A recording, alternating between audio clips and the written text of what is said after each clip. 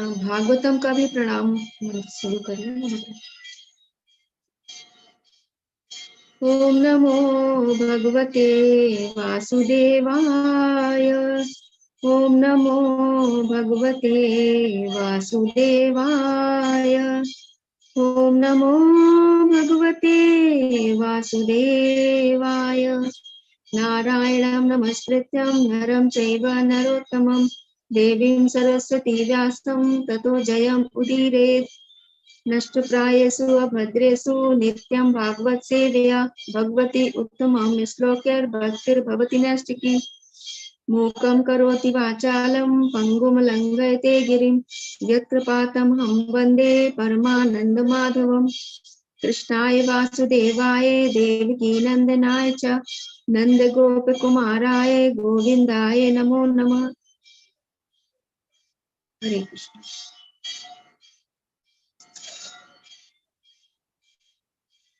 जो लोग पढ़ना चाहते हैं प्लीज हैंड रेज कर लीजिएगा। जयप्रकाश प्रभु जी पढ़िएगा। कौन सा श्लोक है माता जी? 19 श्लोक है, 19वां श्लोक है। तदा रजस्तमो भावम। ठीक। तदा रजस्व मोह भावम कमलो भादश्च चेतैर्नाविदम स्थितम सत्वे प्रसिद्धति। ज्यों ही हृदय में अटल प्रेम भक्ति स्थापित हो जाती है, प्रकृति के रजोगुण तथा तमोगुण के प्रभाव जैसे काम, इच्छा तथा लोभ हृदय से लुप्त हो जाते हैं, तब भक्त सतयुग में स्थित होकर परम सुखी हो जाता है। तात्पर्य। हरे कृष्ण प्रभु। हरे कृष्ण माता जी। ज्ञानेन्द्र प्रभु जी पढ़िएगा। हरे कृष्ण माता जी। तात्पर्य अपनी सामान्य संवैधानिक स्थिति में जीव आध्यात्मिक आनंद में पूर्ण रूप से तुष्ट रहता है। यह स्थिति ब्रह्मभूत या आत्मानंदी अर्थात आत्मतुष्टि की स्थिति कहलाती है। यह आत्मतुष्टि किसी निष्क्रिय मूर्ख की तुष्टि जैसी नहीं होती है। निष्क्रिय मूर्ख अज्ञानावस्था में रहता है, किंतु आत्मतुष्ट आत्मानंदी इस भौतिक जगत से परे होता है। सिद्धि की यह अवस्था अटल भक्ति में स्थित होते ही प्राप्त होती है। भक्ति में सेवा कोई निष्क्रियता नहीं, अपितु आत्मा की अनन्य सक्रियता है। हरे कृष्ण आत्मा की। हरे कृष्ण। मंजू माता जी पढ़िएगा। हरे। हेलो। हाँ जी, हमें कहा है मंजू द्विवेदी माता जी। हाँ, हरे कृष्णा माता जी। हरे हाँ, कृष्ण। पढ़ती हूँ माता जी। हाँ, आत्मा की यह सक्रियता पदार्थ के सत्संग से अपमिश्रित दूषित हो जाती है। फलिता काम, इच्छा, लोभ, निष्क्रियता, अल्पज्ञता तथा निंद्रा के रूप में रुगुण कार्यकलापों का उदय होता है। भक्त में सेवा का प्रभाव रजोगुण तथा तमोगुण के इन प्रभावों के पूर्ण निराकरण होने पर प्रकट होता है। तब भक्ति तुरंत ही सत्व गुण में स्थित हो जाता है और वह उन्नत करता हुआ श्री वासुदेव के पद या शुद्ध सत्व के पद की ओर उठने को अक्सर होता है। केवल इस शुद्ध सत्व की अवस्था में कोई व्यक्ति श्री भगवान से शुद्ध प्रेम के कारण सदैव भगवान श्री कृष्ण का साक्षात दर्शन कर सकता है। हरे कृष्ण माता जी। हरे कृष्ण। पुष्कर बंसल प्रभु जी पढ़िएगा। भक्त सदैव शुद्ध तत्व में रहता है, अतः वह किसी को हानि नहीं पहुंचाता, किंतु एक अभक्त चाहे कितना ही शिक्षित क्यों न हो, सदैव हानिप्रद होता है। भक्त न तो मूर्ख होता है न रजोगुणी। हानि पहुंचाने वाले मूर्ख तथा रजोगुणी व्यक्ति भगवत भक्त नहीं बन सकते, भले ही वे अपने बाहरी वेश से अपने आप को भक्त क्यों न प्रदर्शित करे। भक्त में सदैव ईश्वर के सद्गुण पाए जाते हैं। इन गुणों की मात्रा भले ही भिन्न हो, किंतु गुणता की दृष्टि से भक्त तथा भगवान एक समान होते हैं। हरे कृष्ण। हरे कृष्ण। इस श्लोक में रुचि और आसक्ति का, जैसे हम लोगों ने पिछले इसमें 18वें श्लोक में पढ़ा था, ग्रंथ भागवत और भक्त भागवत, ये भागवत जो 2 प्रकार के होते हैं, और इनकी सेवा करते करते जो हमारे अनर्थ होते हैं उनकी निवृत्ति हो जाती है और हमारी निष्ठा दृढ़ हो जाती है भगवान में। तो जब निष्ठा दृढ़ हो जाती है तो फिर अटल प्रेमा भक्ति हमको प्राप्त होती है, और उससे फिर हमारे अंदर रुचि जागृत होती है कि भगवान के विषय में श्रवण करना है, और भगवान से फिर आसक्ति हमारी बढ़ती है। इस श्लोक में रुचि और आसक्ति के लिए ही बताया गया है। इसमें है, ज्यों ही हृदय में अटल प्रेमा भक्ति स्थापित हो जाती है, प्रकृति के रजोगुण तथा तमोगुण के प्रभाव जैसे काम, इच्छा तथा लोभ हृदय से लुप्त हो जाते हैं। तो रजोगुण और तमोगुण को हम ऐसे तो नहीं देख सकते कि क्या है रजोगुण और तमोगुण, लेकिन उनके जो इम्पैक्ट है, वो जो प्रभाव वो डालते हैं, वो हमको पता लग जाते हैं कि हमारे अंदर बहुत सी कामनाएं बाकी हुई हैं, अच्छाएं बाकी हैं अभी हमारे अंदर, तो ये रजोगुण के प्रभाव से हो रहा है। और अगर हमको तमोगुण में है, अगर हमारा तमोगुण का प्रभाव ज्यादा जागृत हो रहा है, तो हमारा मन नहीं लगेगा भक्ति में। हमको भक्त जैसे ही हम जप करने लगेंगे तो हमें नींद आना शुरू हो जाएगी, या किसी अन्य वस्तुओं का विचार आना शुरू हो जाएगा। इस तरह से हम समझ सकते हैं, हमको अपने आप ही अपने अंदर झांकना है कि हम जप करते वक्त हमारे अंदर कैसे विचार आ रहे हैं। तो और हमें को दूर करना है उन चीजों को, जो हमारे अवगुण है, हमें को दूर करना है। जब ये सब धीरे धीरे नष्ट हो जाते हैं, तब भक्त जो है सत्व गुण में स्थित होकर परम सुखी हो जाता है। जब हम सत्व गुण में ऐसा नहीं है कि फिर रजोगुण और तमोगुण समाप्त हो जाते हैं, ऐसा नहीं है। रजोगुण और तमोगुण वहां पर भी होता है, लेकिन वहां पर उतना प्रभाव नहीं डाल पाता। जब हम रजोगुण में जप वगैरह कर रहे हैं तो हमारे मन में अलग अलग विचार भी आ जाएंगे, नाश्ते का विचार आ जाएगा, खाने का विचार आ जाएगा, इस तरह के अन्य विचार आने लगेंगे। लेकिन सत्वगुण में है तो वो चूंकि सतोगुण में स्थित हो चुका है, उसके मन में सिर्फ भगवान के प्रसाद खाने की ही इच्छा है, तो ये इच्छाएं अपने आप दब जाती है, तो उसके अंदर फिर इनका प्रभाव कम पड़ता है। इसमें जो भावार्थ में यही बताया है। फिर नेक्स्ट में ये बताया है कि ब्रह्मभूत या आत्मानंदी अर्थात आत्म की तुष्टि की स्थिति कहलाती है। तो ये जो स्थिति है, जो सत्वगुण से ऊपर की स्थिति बता रहे हैं कि ब्रह्मभूत, जिसमें हम लोगों ने श्लोक भी पढ़ा, ब्रह्मभूत प्रसन्न आत्मा ना सोचती ना कांचती समय सर्वेषु भूतेषु मद भक्ति लभते पराम। जिसको पराभक्ति प्राप्त हो जाती है, उसके लिए कोई भी भौतिक सुख में आनंद उसको प्राप्त नहीं होता है। तो जो ब्रह्मभूत अवस्था है, आत्मानंदी अवस्था है, उसमें उसको भौतिक जो चीजें हैं, भौतिक वस्तुएं हैं, उनके प्रति कोई भी आसक्ति नहीं रहती। वो बिल्कुल उन सब से निरासक्त हो चुका होता है। कोई चीज की कामना नहीं रहती कि इसको प्राप्त करना है, उसके पीछे लगना है, इससे की उसी कोई इच्छा नहीं है। तो प्रसादम भी वो भगवान को भोग लगा करके ही खा रहा है, तो रजोगुण का भी प्रभाव उसके ऊपर नहीं पड़ता है। तो इस तरह से वो अपने आप में ही आनंद लेता रहता है। यह आत्मतुष्टि किसी निष्क्रिय मूर्ख की तुष्टि जैसी नहीं होती। निष्क्रिय मूर्ख ज्ञानावस्था में रहता है, किंतु आत्मतुष्ट आत्मानंदी इस भौतिक जगत से परे होता है। तो ये भौतिक जगत की कोई भी चीजें उसको आकर्षित नहीं करती, तो इस जगत से वो परे हो जाता है। सिद्धि की यह अवस्था अटल भक्ति में स्थित होते ही प्राप्त हो जाती है। भक्ति में सेवा कोई निष्क्रियता नहीं, अपितु आत्मा की अनन्य सक्रियता है। तो भक्ति में सेवा, अगर ये कोई सोचे कि भक्ति अगर हम कर रहे हैं तो हमारे लिए कोई कर्तव्य नहीं है, कोई कार्य नहीं है, तो ऐसा नहीं होता है। कि भक्ति करने पर भी भक्ति के रिलेटेड बहुत से कार्य होते हैं, भगवान की सेवा के लिए भी बहुत से कार्य होते हैं।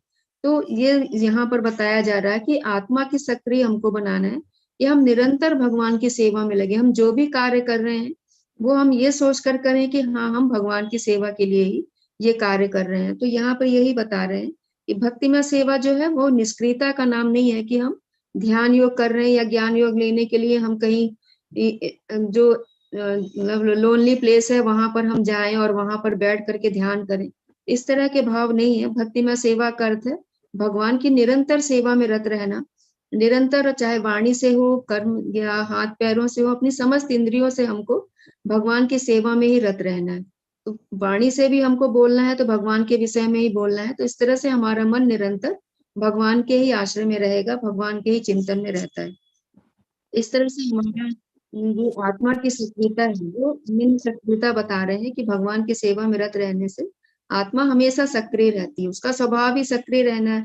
तो वो हमेशा सक्रिय रहता है, और वो भगवान की सेवा में जब लगता है तो वो आध्यात्मिक सेवा हो जाती है, फिर उसको भौतिक जगत से कोई भी प्रभाव नहीं रहता उसको। आत्मा की यह सक्रियता पदार्थ के संसर्ग से अपमिश्रित हो जाती है। यहाँ पे जो बताया जा रहा है कि आत्मा की जो सक्रियता है, जैसे ही हम भौतिक जगत में संसर्ग में आते हैं तो हमें जो दृष्टि है हमारी चारों तरफ दौड़ती है, कि हमें अलग अलग चीजें नजर आती हैं, फिर हमको उनको भोग करने की इच्छा प्राप्त होने लगती है। तो इसी यहाँ पे यही बता रहे हैं कि वो जो भौतिक पदार्थ का जो संसर्ग होता है, जैसे ही आत्मा भौतिक जगत में आती है उसका संसर्ग होता है, तो वो यहाँ पर दूषित हो जाती है। जो उसके प्राकृत गुण है, शाश्वत गुण है, सच्चिद और आनंद के गुण है, जो भगवान के गुण है, वो यहाँ पर आकर के दूषित हो जाते हैं और वो फिर अपने आप को भूल जाता है। फलतः काम, इच्छा, लोभ, निष्क्रियता, मूर्खता तथा निद्रा के रूप में रुग्ण कार्यकलापों का उदय होता है। फिर उसके अंदर इन सब चीजों को पाने की इच्छा जागृत हो जाती है, भोग करने की इच्छा जागृत हो जाती है, और वो इन सब चीजों के फिर पीछे पड़ जाता है। उसको हर चीज को लेने की इच्छा हो, यदि पाने की इच्छा जागृत हो जाती है तो रजोगुण और जो तमोगुण का प्रभाव है वो ज्यादा पड़ने लग जाता है। भक्तिमय सेवा का प्रभाव रजोगुण तथा तमोगुण के इन प्रभावों के पूर्ण निराकरण होने पर प्रकट होता है। तो भक्ति के जो गुण हम लोगों ने बात की, भक्तिमय सेवा की जो बात हम लोग कर रहे थे, तो वो तभी प्रभावी होती है जब हमारे अंदर ये रजोगुण और तमोगुण का प्रभाव शून्य हो जाए, बिल्कुल खत्म हो जाए। यानी कि इसका जो प्रभाव है, जो हमारी इच्छाएं हैं, वो भौतिक जगत से मुक्त होकर आध्यात्मिक स्थिति में आ जाए, तो वो जो हमारी डिजायर्स हैं वो हमारी आध्यात्मिक हो जाती हैं, तो फिर हमारे ऊपर इन गुणों का कोई प्रभाव नहीं पड़ता। और भक्त तब तुरंत सत्वगुण में स्थित हो जाता है और वह उन्नति करता हुआ वासुदेव के पद या शुद्ध सत्व के पद की ओर उठने को अग्रसर होता है। वासुदेव स्थिति क्या होती है? शुद्ध सत्व की स्थिति हो जाती है, जो सतोगुण से भी ऊपर की स्थिति होती है। वहां पर उसको फिर कोई भी प्रभाव नहीं पड़ता। प्रकृति के तीनों गुणात्मक गुण जो है उनका भी कोई प्रभाव नहीं पड़ता उसके ऊपर, और वो पूर्ण तरह वह भगवान की शरण में रहता है और निरंतर भगवान के ही चिंतन में लगा रहता है। शुद्ध सत्व की अवस्था में कोई व्यक्ति भगवान के शुद्ध प्रेम के कारण अपने समक्ष कृष्ण को सदा देख सकता है। ये शुद्ध सत्व की जो अवस्था आती है, तो आचार्य बताते हैं यहाँ पर जब लोग पहुंच जाते हैं तो वहां पर भगवान उनसे वार्ता भी करते हैं, भगवान उनके सामने प्रकट भी हो जाते हैं। तो ये बहुत ऊपर की स्टेज है, वासुदेव अवस्था कहलाती है, कि बिल्कुल वो परमहंस अवस्था जो कहते हैं कि वो पूर्ण रूप से शुद्ध हो चुका होता है, ये ऊपर वाली अवस्था है। तो वहां पर आने के बाद फिर व्यक्ति भगवान से भी वार्तालाप कर सकता है, भगवान उनको डायरेक्शन भी देते हैं और भगवान उनके सामने प्रकट भी होते हैं। जैसे हम लोग ध्रुव जी को देखते हैं, प्रहलाद महाराज जी को देखते हैं, अपने प्रभुपाद जी हैं, अपने जो सठ गोस्वामी हैं, इन लोगों को भी भगवान हरिदास ठाकुर हैं, इनके बारे में भी हम लोगों ने सुना है कि भगवान उनके सामने प्रकट हुए थे। तो ये बिल्कुल ऊपर की अवस्था होती है, वासुदेव अवस्था, जो सतोगुण से भी ऊपर की स्टेज है। भक्त सदैव शुद्ध सत्व में रहता है, वह किसी को हानि नहीं पहुंचाता, किंतु एक अभक्त चाहे कितना ही शिक्षित क्यों ना हो, सदैव हानिप्रद होता है। अब यहाँ भक्त और अभक्त की जो गुण है उनके बारे में बता रहे हैं, प्रभुपाद जी लिख रहे हैं कि भक्त जो होता है वो शुद्ध सत्व में होता है, उसको किसी चीज से लेना देना नहीं रहता, तो वो कभी भी किसी को नुकसान पहुंचाना नहीं चाहेगा, ना ही किसी से वो आगे बढ़ने की होड़ करता है, ना ही उसके अंदर ईर्ष्या रहती है कि कुछ पाने की लालसा रहती है। तो वो किसी का द्वेष नहीं करता, किसी से ईर्ष्या नहीं करता, तो किसी को नीचे गिराने की भी कोशिश नहीं करता। लेकिन अभक्त के बारे में कह रहे हैं कि वो चाहे कितना भी शिक्षित हो जाए, भले ही उसने कितनी भी डिग्रियां हासिल कर ली हो, लेकिन उसके मन में ये जो रजोगुणी प्रभाव है, तमोगुण का प्रभाव वो बना रहता है, जिसके कारण वो लोगों से ईर्ष्या भी करता है, आगे बढ़ने की उसको होड़ भी रहती है, वो लोगों को नीचा दिखाने की भी कोशिश करता है। तो यहाँ पर यही अंतर बता रहे हैं कि भक्त ना तो मूर्ख होता है, ना रजोगुणी। हानि पहुंचाने वाले मूर्ख तथा रजोगुणी व्यक्ति भगवत भक्त नहीं बन सकते। तो जो लोग उन भक्त होने का दिखावा कर रहे हैं, भले ही उनके अंदर ये कामनाएं बनी हुई रहती हैं, तो वो भले ही कितना दिखावा कर ले, लेकिन वो भगवत भक्त नहीं बन सकते।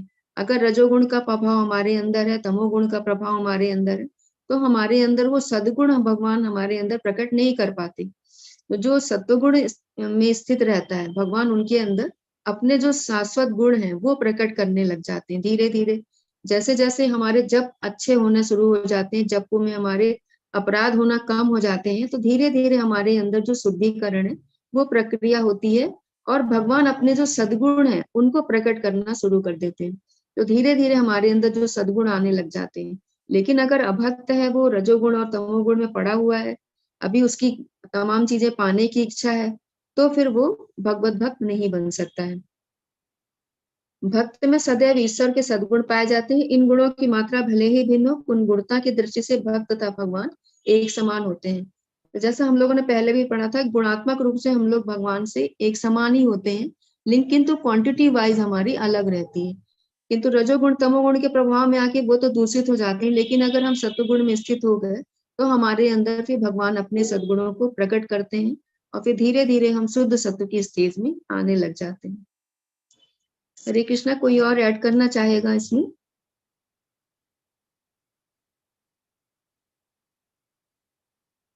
फिर आगे बढ़ते हैं। पंकज बख्शी माता जी पढ़िएगा। कृष्ण माता जी। हरे कृष्ण। एवं प्रसन्न मनसो भगवत भक्ति योगता भगवत तत्व विज्ञानम मुक्त संगस्य जायते। इस प्रकार शुद्ध सत्व में स्थित होकर जिस मनुष्य का मन श्री भगवान की भक्ति के संसर्ग से प्रसन्न हो चुका होता है, उसे समस्त भौतिक संगति से मुक्त होने पर श्री भगवान का वास्तविक वैज्ञानिक विज्ञान तत्व प्राप्त होता है। हरे कृष्ण। विमला माता जी पढ़िएगा। जय श्री कृष्ण माता जी। हरे कृष्ण माता जी। तात्पर्य भगवत गीता 7.3 में कहा गया है कि हजारों सामान्य मनुष्यों में से कोई एक भाग्यशाली होता है जो जीवन सिद्धि के लिए प्रयत्नशील होता है। अधिकांश लोग रजोगुण तथा तमोगुण से प्रेरित होते हैं और इस प्रकार वे काम, इच्छा, लोभ, अज्ञान तथा निंद्रा में सदैव लिप्त रहते हैं। ऐसे अनेक मनुष्य रूपी पशुओं में से कोई एक ऐसा वास्तविक रूप में मनुष्य होता है जो मानव जीवन की जिम्मेदारी को जानता है और निर्दिष्ट किए गए कर्तव्य का पालन करते हुए जीवन के पूर्ण बनाने का प्रयास करता है। जीवन में इस प्रकार की सफलता प्राप्त किए हुए हजारों व्यक्तियों में से कोई एक व्यक्ति भगवान श्री कृष्ण के विषय में वैज्ञानिक ढंग से जान सकता है। भगवत गीता में ही कहा गया है कि श्री कृष्ण के विज्ञान को केवल भक्ति योग की प्रक्रिया के द्वारा जाना जा सकता है। हरे कृष्ण माता जी। हरे कृष्ण। कुसुम कालिया माता जी आगे पढ़िएगा। हरे कृष्ण माता जी। हरे कृष्ण। हाँ जी, ठीक इसी बात की उपयुक्त श्लोक में पुष्टि हुई है। कोई भी सामान्य व्यक्ति, यहाँ तक कि जिसे मानव जीवन में सफलता प्राप्त कर ली है, वह भी भगवान के विषय में सही या वैज्ञानिक ढंग से नहीं जान सकता। मानव जीवन में सिद्धि तभी प्राप्त होती है जब वह ये समझ लेता है कि वह पदार्थ का प्रतिफल नहीं है अपितु आत्मा है। और ज्यों ही वह ये समझ लेता है कि उसे पदार्थ से कुछ लेना देना नहीं है, त्यों ही वह भौतिक लालसा त्याग देता है और आध्यात्मिक जीव के रूप में अनुप्राणित हो जाता है। ये सफलता तभी मिलती है जब मनुष्य रजोगुण तथा तमोगुण से ऊपर उठ गया हो, या दूसरे शब्दों में जब वह योग्यता के आधार पर वास्तविक रूप में ब्राह्मण हो। ब्राह्मण शब्द सत्व गुण का प्रतीक है। अन्य सारे लोग जो सत्व हरे कृष्ण नहीं है। हरे कृष्ण। नंदिनी माता जी आगे पढ़िएगा। हरे कृष्ण माता जी। हरे कृष्ण। ब्राह्मण शब्द सत्व गुण का प्रतीक है। अन्य सारे लोग जो सत्व गुण में नहीं है, वे या तो क्षत्रिय, वैश्य, शूद्र या शूद्रों से भी अधम होते हैं। उत्तम गुणों के कारण ब्राह्मण अवस्था मनुष्य जीवन की सर्वोच्च अवस्था है। अतः जब तक मनुष्य में कम से कम ब्राह्मण के गुण न हो, तब तक वह भक्त नहीं हो सकता। भक्त अपने कर्म के कारण पहले से ब्राह्मण रहता है, किंतु यह उसकी चरम परिणति नहीं है। जैसा कि ऊपर कहा जा चुका है, ऐसे ब्राह्मण को वास्तव में दिव्य अवस्था प्राप्त करने के लिए वैष्णव होना चाहिए। शुद्ध वैष्णव मुक्त आत्मा होता है और ब्राह्मण पद से भी ऊपर होता है। भौतिक अवस्था में ब्राह्मण भी बद्ध जीव होता है, क्योंकि ब्राह्मण अवस्था में ब्रह्म बोध तो हो जाता है, किंतु परमेश्वर के विज्ञान का अभाव रहता है। मनुष्य को ब्राह्मण अवस्था को पार करके वसुदेव अवस्था प्राप्त करनी होती है, ताकि वह भगवान कृष्ण को समझ सके। परमेश्वर का विज्ञान आध्यात्मिकता के तो स्नातकोत्तर छात्रों के अध्ययन का विषय है। मूर्ख या अल्पज्ञ लोग परमेश्वर को नहीं जान पाते, इसलिए वे अपनी अपनी सनक के अनुसार कृष्ण की व्याख्या करते हैं। किंतु तथ्य यह है कि ब्राह्मण अवस्था प्राप्त करने पर भी भौतिक गुणों के कलमठ से मुक्त हुए बिना कोई भगवान के विज्ञान को नहीं समझ पाता। जब योग्य ब्राह्मण यथार्थ रूप में वैष्णव बन जाता है तो वह मुक्ति की प्रबुद्धावस्था में यह जान पाता है कि वास्तव में भगवान क्या है। हरे कृष्ण माता जी। हरे कृष्ण। इस श्लोक में बता रहे हैं कि शुद्ध सत्व में स्थित होकर जिस मनुष्य का मन भगवान की भक्ति के संसर्ग से प्रसन्न हो चुका होता है। भक्ति के संसर्ग का यहाँ पर अर्थ है कि उसने श्रवण कीर्तन इतना किया हुआ है कि पूरी तरह से वो भगवान में रम चुका है। उसे समस्त भौतिक संगति से मुक्त होने पर भगवान का सही वैज्ञानिक ज्ञान प्राप्त होता है। कि भगवान का जो सही वैज्ञानिक ज्ञान क्या है, उनको तत्व से समझना, भगवान को तत्व से जान लिया है उसने कि भगवान कौन है, परमात्मा कौन है, प्रकृति क्या है, प्रकृति किस तरह से कार्य कर रही है। इस तरह से जो सारे जो विज्ञान है भगवान का, तो उस चीज को वो समझ चुका होता है, भगवान को तत्व से जान चुका होता है। फिर भगवत गीता के जैसे 77.3 में कहा गया है, मनुष्य नाम सहस्रुषि, ये वाला श्लोक है कि हजारों मनुष्यों में से कोई एक भाग्यशाली होता है जो जीवन सिद्धि के लिए प्रयत्नशील होता है। अधिकांश लोग रजोगुण तथा तमोगुण से प्रेरित होते हैं और इस प्रकार वे काम, इच्छा, लोभ, अज्ञान तथा निंद्रा में सदैव लिप्त रहते हैं। तो भगवत गीता के श्लोक में बताया गया था कि बहुत हजारों मनुष्यों में से कोई एक व्यक्ति होता है जो ये कोशिश करता है कि जीवन की सिद्धि क्या है उनको जानने का प्रयास करता है, उसका जन्म क्या क्यों हुआ है, ये सब चीजों के प्रश्न उसके मन में आना शुरू होते हैं।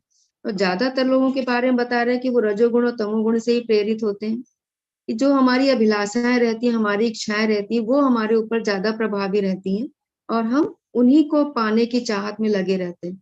या तो हम प्रमाद में रहते हैं, निद्रा आती रहती है, या फिर हम रजोगुण में इतना कार्य करते रहते हैं कि बिल्कुल सारा दिन हम अपना कार्य में निकाल देते हैं। हमारे अंदर ये प्रश्न जागृत ही नहीं हो पाते कि हम कौन है, हम कहाँ से आए हैं, भगवान कौन है। ये जो आध्यात्मिक प्रश्न है उसके मन में कभी आते ही नहीं है। ऐसे अनेक मनुष्य रूपी पशुओं में से कोई एक ऐसा वास्तविक रूप में मनुष्य होता है जो मानव जीवन की जिम्मेदारी को जानता है। यहाँ पे इसमें जो श्लोक आया है वो हम लोगों ने पहले भी डिस्कस किया था, कोई बताना चाहेगा इसको? अनेक मनुष्य रूपी पशुओं में से कोई एक ऐसा वास्तविक रूप में मनुष्य होता है। पशु से जो तुलना की गई है तो वो महाभारत का एक श्लोक था, कोई बताना चाहेगा उसको?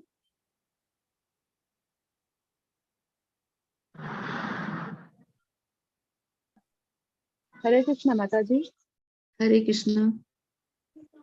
महाभारत का श्लोक है वो, आहार निद्रा भय मैथुनम च समानमेतत् पशुभिर्नराणाम।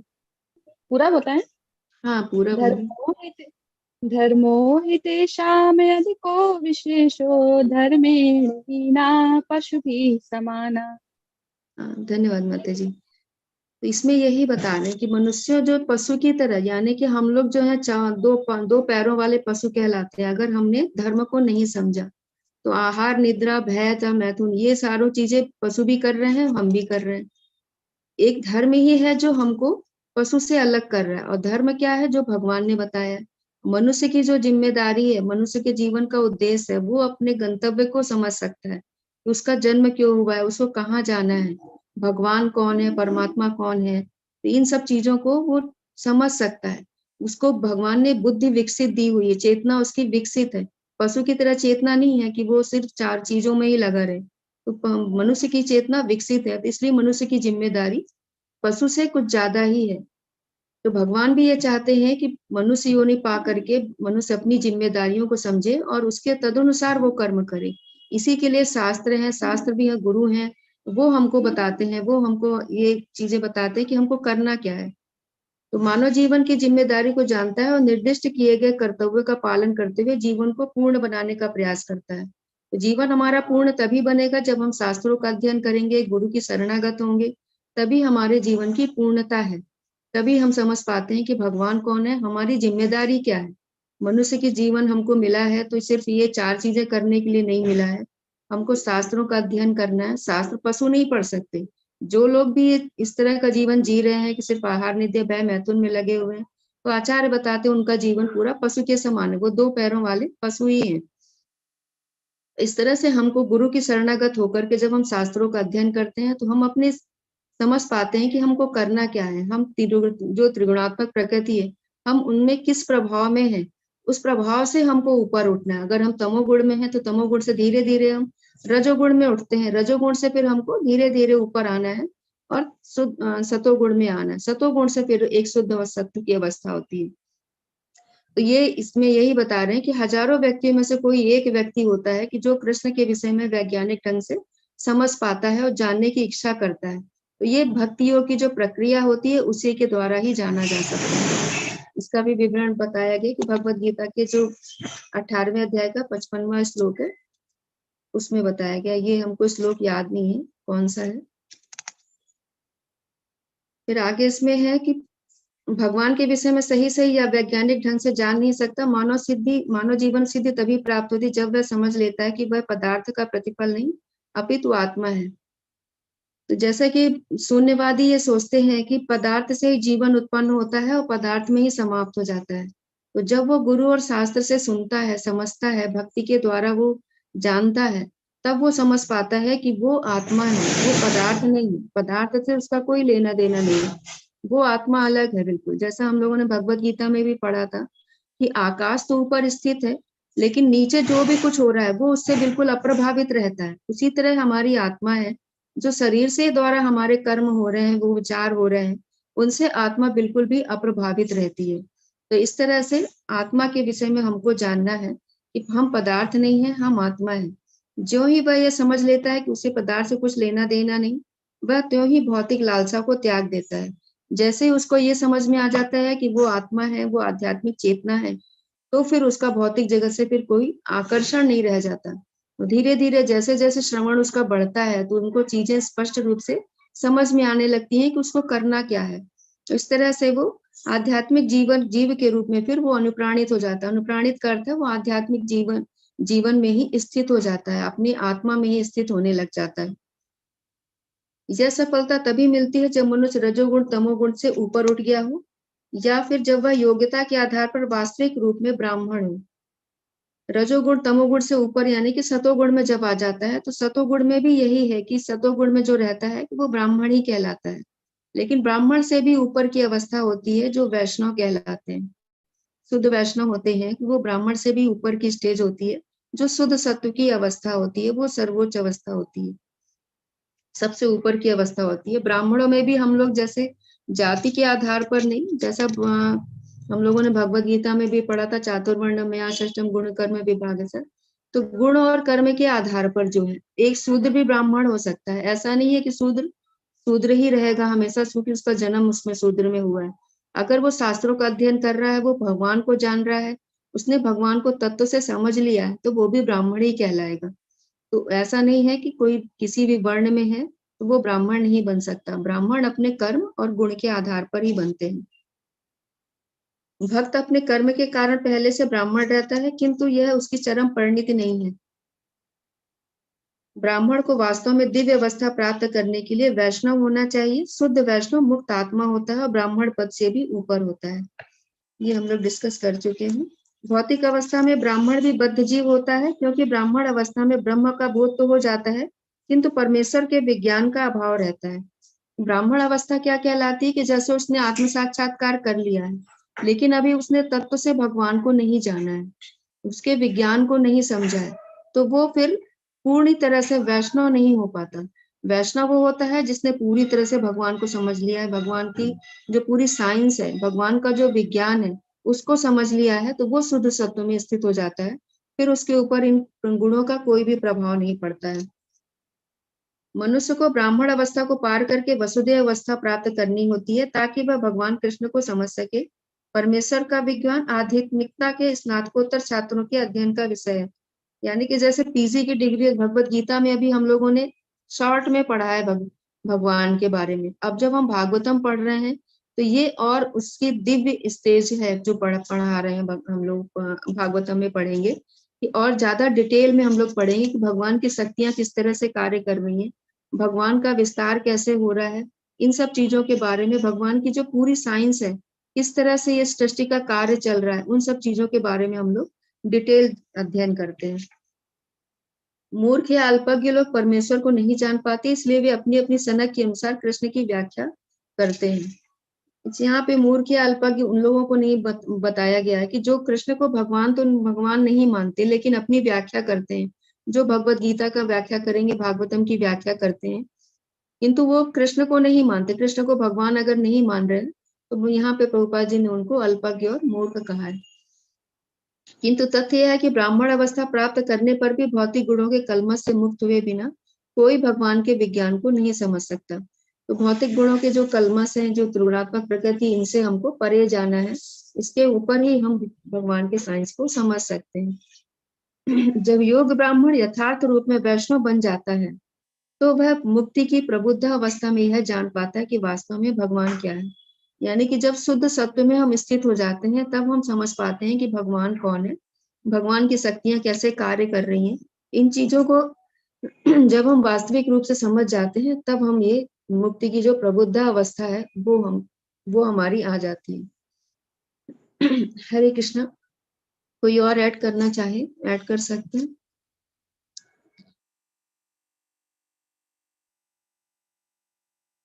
तो हम लोग आगे बढ़ते हैं। किरण तिवारी माता जी पढ़िएगा। हरे कृष्णा माता जी। हरे कृष्णा। विद्यते हृदय ग्रंथि छिदन्ते सर्व संशया क्षीयन्ते चास्य कर्माणि दृष्टे एवात्मनीश्वरे। इस प्रकार हृदय की गांठ बिध जाती है और सारे संशय छिन्न भिन्न हो जाते हैं। जब मनुष्य आत्मा को स्वामी के रूप में देखता है तो सकाम कर्मों की श्रृंखला समाप्त हो जाती है। भगवान का वैज्ञानिक ज्ञान प्राप्त करने का अर्थ है उसी के साथ ही साथ अपने आप को भी देखना। जहां तक आत्मा रूप में जीव की पहचान की बात है, उसके संबंध में अनेक कल्पनाएं एवं भ्रांतियां हैं।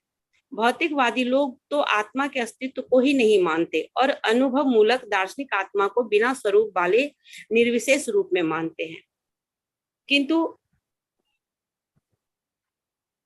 किंतु आध्यात्मवादी इस बात की पुष्टि करते हैं कि आत्मा तथा परमात्मा तो विभिन्न सत्ताएं हैं, जो गुणवत्ता में एक समान है किंतु परिमाण में भिन्न भिन्न है।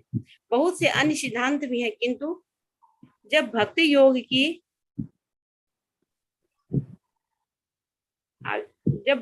की हेलो हरे कृष्णा। पेज फंस गया। हरे कृष्णा माता जी, लाइन कहीं ऊपर चली गई लगता है। जब भक्ति योग की विधि से श्री कृष्ण का यथार्थ साक्षात्कार हो जाता है तो ये भिन्न भिन्न कल्पनाएं दूर हो जाती है।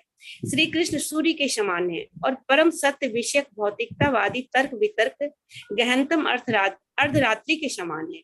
ज्यों ही हृदय में कृष्ण रूपी सूर्य उदित होता है, त्यों ही परम सत्य तथा जीवात्मा संबंधी भौतिक कल्पनाओं का अंधकार दूर हो जाता है।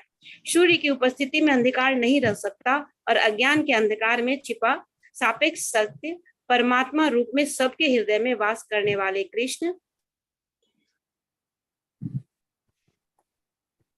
पेज थोड़ा ऊपर कर माता जी।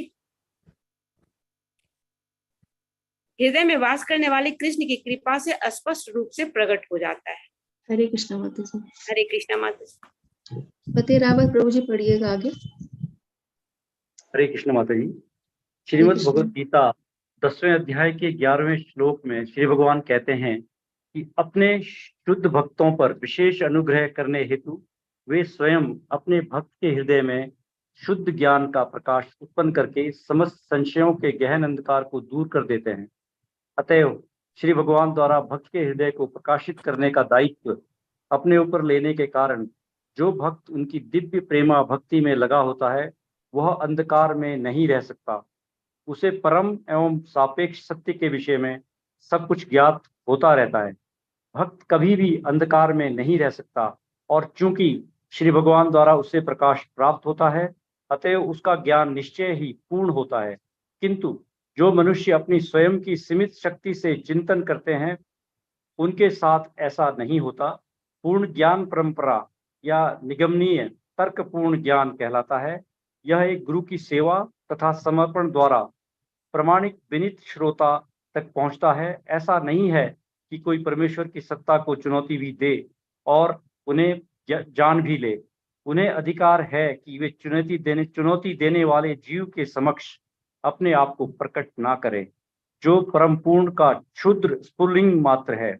और ऐसा स्फुल्लिंग जो माया के अधीन है, भक्तगण विनित होते हैं। अतः यह दिव्य ज्ञान श्री भगवान से ब्रह्मा को, ब्रह्मा से उनके पुत्रों तथा शिष्यों को कर्मानुसार प्राप्त होता है। इस विधि में ऐसे भक्तों के अंतःकरण में स्थित परमात्मा द्वारा सहायता मिलती है। दिव्य ज्ञान को सीखने की यही उचित विधि है। हरे कृष्ण माता जी। हरे कृष्ण। वर्षा सक्सेना माता जी पढ़िएगा। हरे कृष्ण माता जी, पंजाब प्रणाम। हरे कृष्ण। इस अनुभूति के द्वारा भक्त आत्मा तथा पदार्थ के अंतर को सही सही समझ पाता है, क्योंकि आत्मा तथा पदार्थ की गांठ श्री भगवान द्वारा खोली जाती है। ये ग्रंथि अहंकार कहलाती है, जिससे जीव झूठे ही अपने आप को भौतिक पदार्थ मानता है। अतएव जो ही वह यह ग्रंथि ढीली पड़ती है, संशय के संपूर्ण बादल तुरंत छट जाते हैं।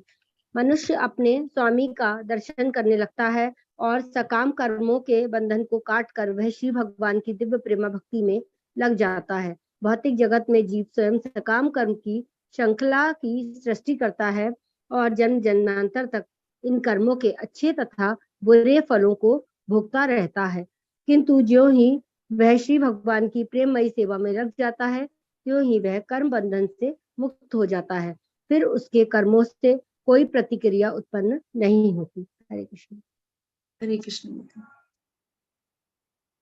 यहाँ पे इस प्रकार हृदय की गांठ भिंद जाती है और सारे संशय छिन्न भिन्न हो जाते हैं। जब मनुष्य आत्मा को स्वामी के रूप में देखता है तो सकाम कर्मों की श्रृंखला समाप्त हो जाती है। हृदय की गांठ भिंद जाने का मतलब है कि जो हमारे अंदर ये इतने कलमश भरे हुए, हमारा जो अहंकार है, वो सारा सब समाप्त हो जाता है। सारे जो हमारे अंदर संशय रहते हैं वो सब खत्म हो जाते हैं। और आत्मा को, मनुष्य जो है आत्मा को स्वामी के रूप में देखता है। आत्मा को ही समझने लग जाता है कि वो अपनी आत्मा, ये आत्मा है, वो शरीर नहीं है। तब जो सकाम कर्मों की श्रृंखला है, सकाम कर्मों की श्रृंखला का अर्थ हो गया कि जो हम इच्छाएं अपनी अंदर की हमारी रहती हैं, इन चीजों को प्राप्त करना, ये करना है, वो करना है, या इन चीजों को ग्रहण करने की, स्वाद लेने की इच्छा है, ये सारी चीजें जो हमारे प्रयास होते हैं, वो सारी इच्छाएं हमारी समाप्त हो जाती हैं। फिर आगे प्रभुपाद जी तात्पर्य में लिख रहे हैं कि भगवान का वैज्ञानिक ज्ञान प्राप्त करने का अर्थ है उसी के साथ ही अपने आप को भी देखना। जहां तक आत्मा रूप में जीव की पहचान की बात है, उसके संबंध में अनेक कल्पनाएं एवं भ्रांतियां हैं। आत्मा के, जब हम अपने आप को आत्मा के स्वरूप में देखते हैं तो फिर हमको धीरे धीरे जो हमारे अंदर के जो सारे कलमश नष्ट हो जाते हैं, तो धीरे धीरे हमको अपने अंदर ही परमात्मा का ज्ञान होना शुरू हो जाता है। भगवान अपने आप को प्रकट करना शुरू कर देते हैं। उनके संबंध में अनेक कल्पनाएं एवं भ्रांतियां हैं। भौतिकतावादी लोग तो आत्मा के अस्तित्व को नहीं मानते और अनुभव मूलक दार्शनिक आत्मा को बिना स्वरूप वाले निर्विशेष रूप में मानते हैं। तो जो भौतिकतावादी लोग हैं, उनको ये पता ही नहीं होता, वो अपने आप को शरीर से ही रिलेट करते हैं, वो ये समझ ही नहीं पाते कि हम आत्मा है। और उनके जो भी कार्यकलाप होते हैं वो सारे सकाम कर्म ही होते हैं, अपने आप को संतुष्ट करने के लिए ही रहते हैं। तो उनका आत्मा से कोई भी लेना देना नहीं रहता। उसी तरह जो दार्शनिक होते हैं, निर्विशेषवादी होते हैं, वो लोग भी ये सोचते हैं कि भगवान निराकार है। वो भी ज्योति को ही एक परमात्मा के रूप में मान करके उनका ही अध्ययन करते हैं और उनको जानने का प्रयास करते हैं। तो इस तरह से वो भगवान को पूरी तरह से नहीं जानते। भगवान को अगर हमको पूरी तरह से समझना है तो भगवान की उनके स्वरूप को भी हमको स्वीकारना है। तो गुरु जो बता रहे हैं, शास्त्र जो बता रहे हैं, हमको उनका अध्ययन करना है, तभी हम पूरी तरह से समझ पाते हैं। दार्शनिक चिंतन, वो अपने चिंतन के आधार पर वो बताते हैं कि हम क्या देख रहे हैं। तो चिंतन के आधार पर वो सिर्फ ब्रह्म ज्योति तक पहुंच पाते हैं, उसके आगे फिर वो नहीं समझ पाते हैं। किंतु आध्यात्मवादी इस बात की पुष्टि करते हैं कि आत्मा तथा परमात्मा दो विभिन्न सत्ताएं हैं जो गुणवत्ता में एक समान है किंतु परिमाण में भिन्न भिन्न है। इन चीजों को हम लोगों ने पहले भी कई बार पढ़ा कि आत्मा और परमात्मा जो है दो विभिन्न सत्ताएं हैं, दो अलग अलग हैं। हम लोग भगवान के अंश है, भगवान विभु है और हम अणु हैं। गुणात्मक रूप से हम लोग एक हैं, लेकिन परिमाण में हम लोग अलग अलग हैं। वो पूरी तरह से मतलब पूर्ण है और हम लोग सूक्ष्म है उनके लिए।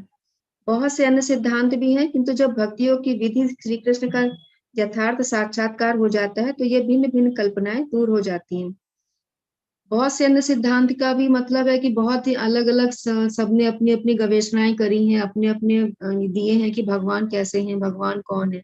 इस तरह से अलग अलग जो चिंतक हैं वो उनके बारे में भी लिखा गया है कि ये लोग अलग अलग तरह से भगवान का साक्षात्कार करते हैं। और जब हम भक्ति के द्वारा भगवान को जानने की कोशिश करते हैं, भगवान के विषय में श्रवण करते हैं, आचार्यों से श्रवण करते हैं, शास्त्रों का अध्ययन करते हैं, तब हम भक्तियों के द्वारा हम समझ पाते हैं कि भगवान कौन है। तब हमारा जो अंधकार है वो हमारा दूर होता है। अंधकार कैसे दूर होता है? जो श्री कृष्ण है वो हमारे अंदर ज्ञान प्रकट करते हैं। जब हमारे अंदर के कलमश दूर होते हैं तो अंदर से हमारा प्रकाश प्रकट होता है।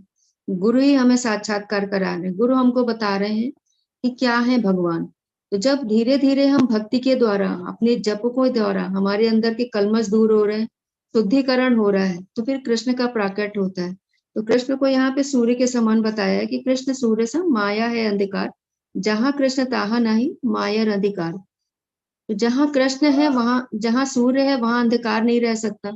तो इस तरह से कृष्ण जब हमारे अंदर प्रकट हो जाते हैं तो हमारे अंदर प्रकाश जागृत हो जाता है, वो ज्ञान का प्रकाश जागृत होता है, फिर हम भगवान को समझ पाते हैं।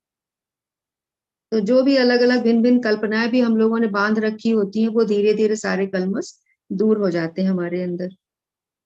जो ही हृदय में कृष्ण रूपी सूर्य उदित होता है त्यों ही परम सत्य तथा जीवात्मा संबंधी भौतिक कल्पनाओं का अंधकार दूर हो जाता है। सूर्य की उपस्थिति में अंधकार नहीं रह सकता और अज्ञान के अंधकार में छिपा सापेक्ष सत्य परमात्मा रूप में सबके हृदय में वास करने वाले कृष्ण की कृपा से स्पष्ट रूप से प्रकट हो जाता है। इसको हम लोगों ने विवरण दे चुके हैं। भगवत गीता में भगवान कहते हैं कि अपने शुद्ध भक्तों पर विशेष अनुग्रह करने के लिए भगवान स्वयं अपने भक्त के हृदय में शुद्ध ज्ञान का प्रकाश उत्पन्न करके सारे संशयों के गहन अंधकार को दूर कर देते हैं। तो भगवत गीता में भी भगवान बताते हैं कि जब वो शुद्ध भक्तों पर अनुग्रह करते हैं तो भगवान स्वयं भक्त के हृदय में शुद्ध ज्ञान का प्रकाश प्रकट करते हैं और जो भी उसके अंदर अंधकार रहता है, जो भी संशय रहते हैं, उन सबको वो दूर कर देते हैं। अतएव भगवान द्वारा भक्त के हृदय को प्रकाशित करने का दायित्व अपने ऊपर लेने के कारण जो भक्त उनके दिव्य प्रेमा भक्ति में लगा होता है वह अंधकार में नहीं रह सकता। तो निरंतर जब हम भगवान का श्रवण कर रहे हैं, उनके चिंतन कर रहे हैं, तो भगवान हमारे अंदर हृदय में प्रकाशित भी होते हैं और हमारे अंदर जो संशय है, जो कलमश है, उन सबको दूर कर देते हैं। इस तरह से जब हम दिव्य प्रेमा भक्ति में लगे रहते हैं तो हमारे अंदर किसी भी तरह का अंधकार नहीं रह सकता है। उसे परम एवं सापेक्ष सत्य के विषय में सब कुछ ज्ञात होता रहता है।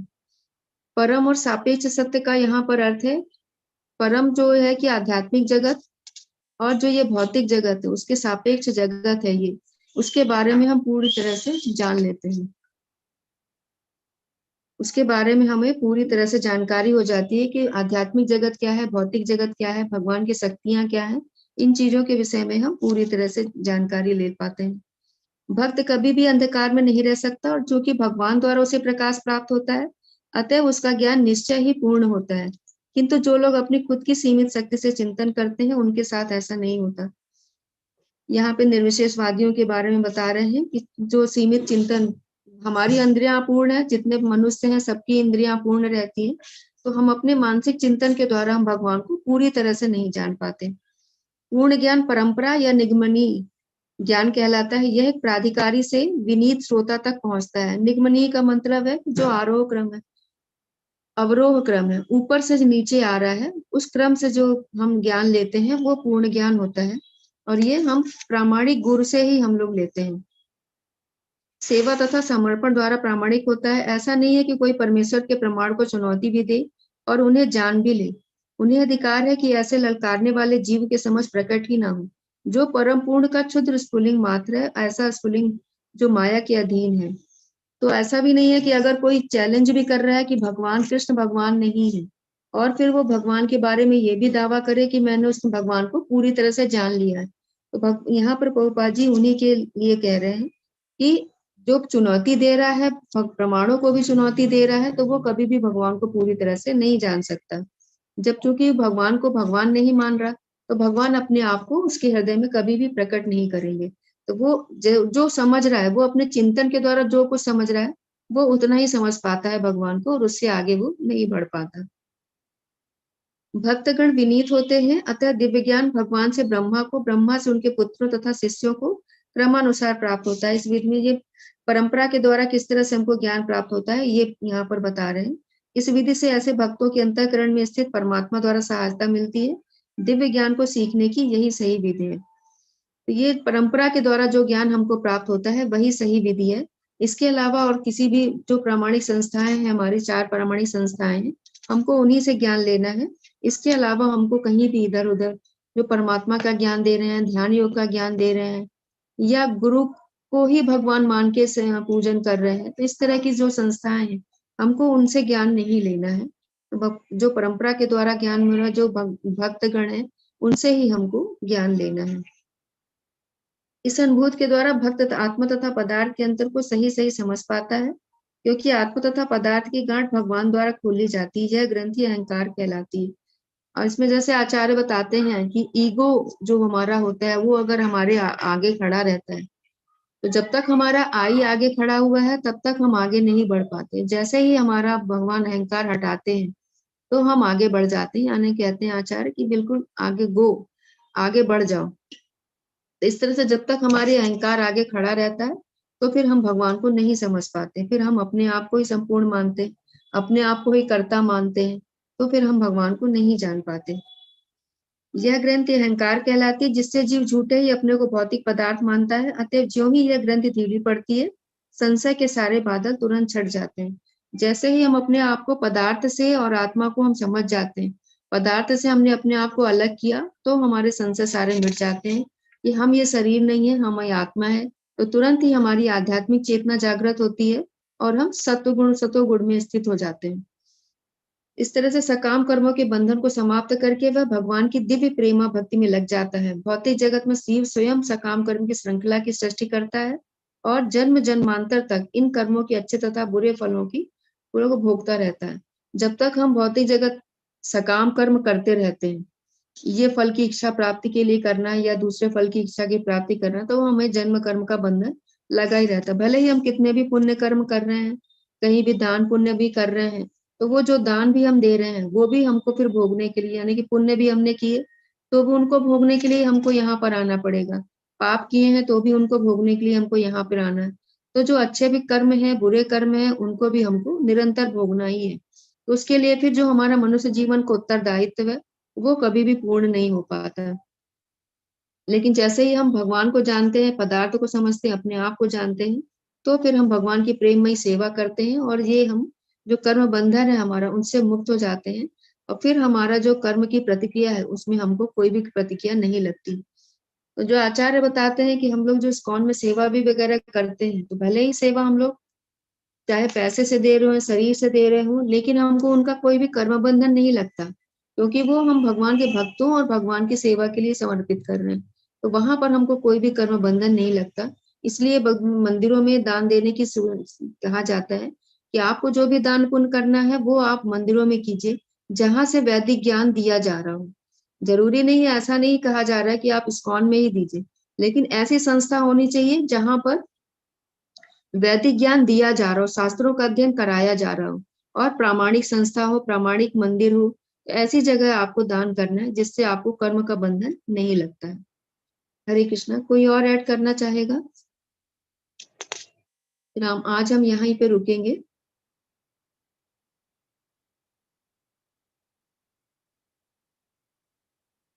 ठीक है, फिर हम लोग यहाँ पे मीटिंग एंड करेंगे, क्लास एंड करेंगे।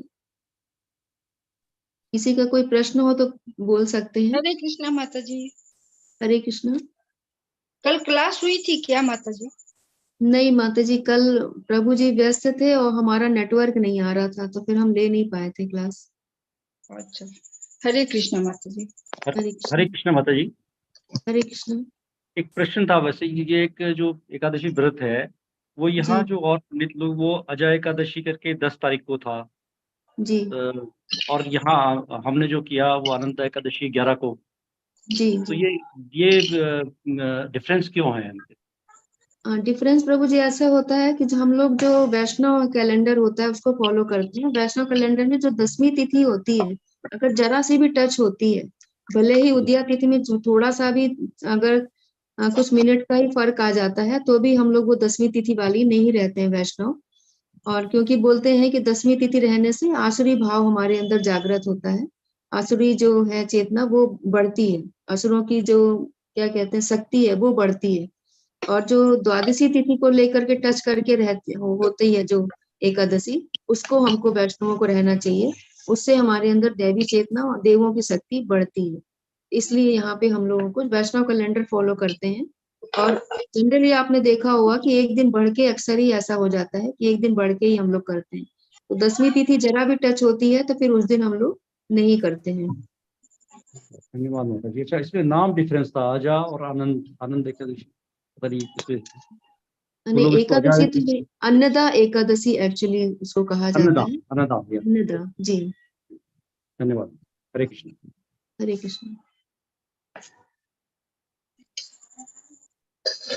हरे कृष्ण माता जी। हरे कृष्ण। हाँ, प्रणाम मंत्र बोलिए। वांछा कल्पतरुभ्यश्च वाञ्छाकल्पतरुभ्यश्च कृपा सिन्धुभ्य एव च पतितानां पावनेभ्यो वैष्णवेभ्यो नमो नमः। हरे कृष्ण कृष्ण कृष्ण हरे हरे, हरे राम राम राम हरे हरे। सभी वैष्णव भक्त वृंद की जय, श्री प्रभुपाद की जय, श्री श्री राधा रमण बिहारी की जय। सभी को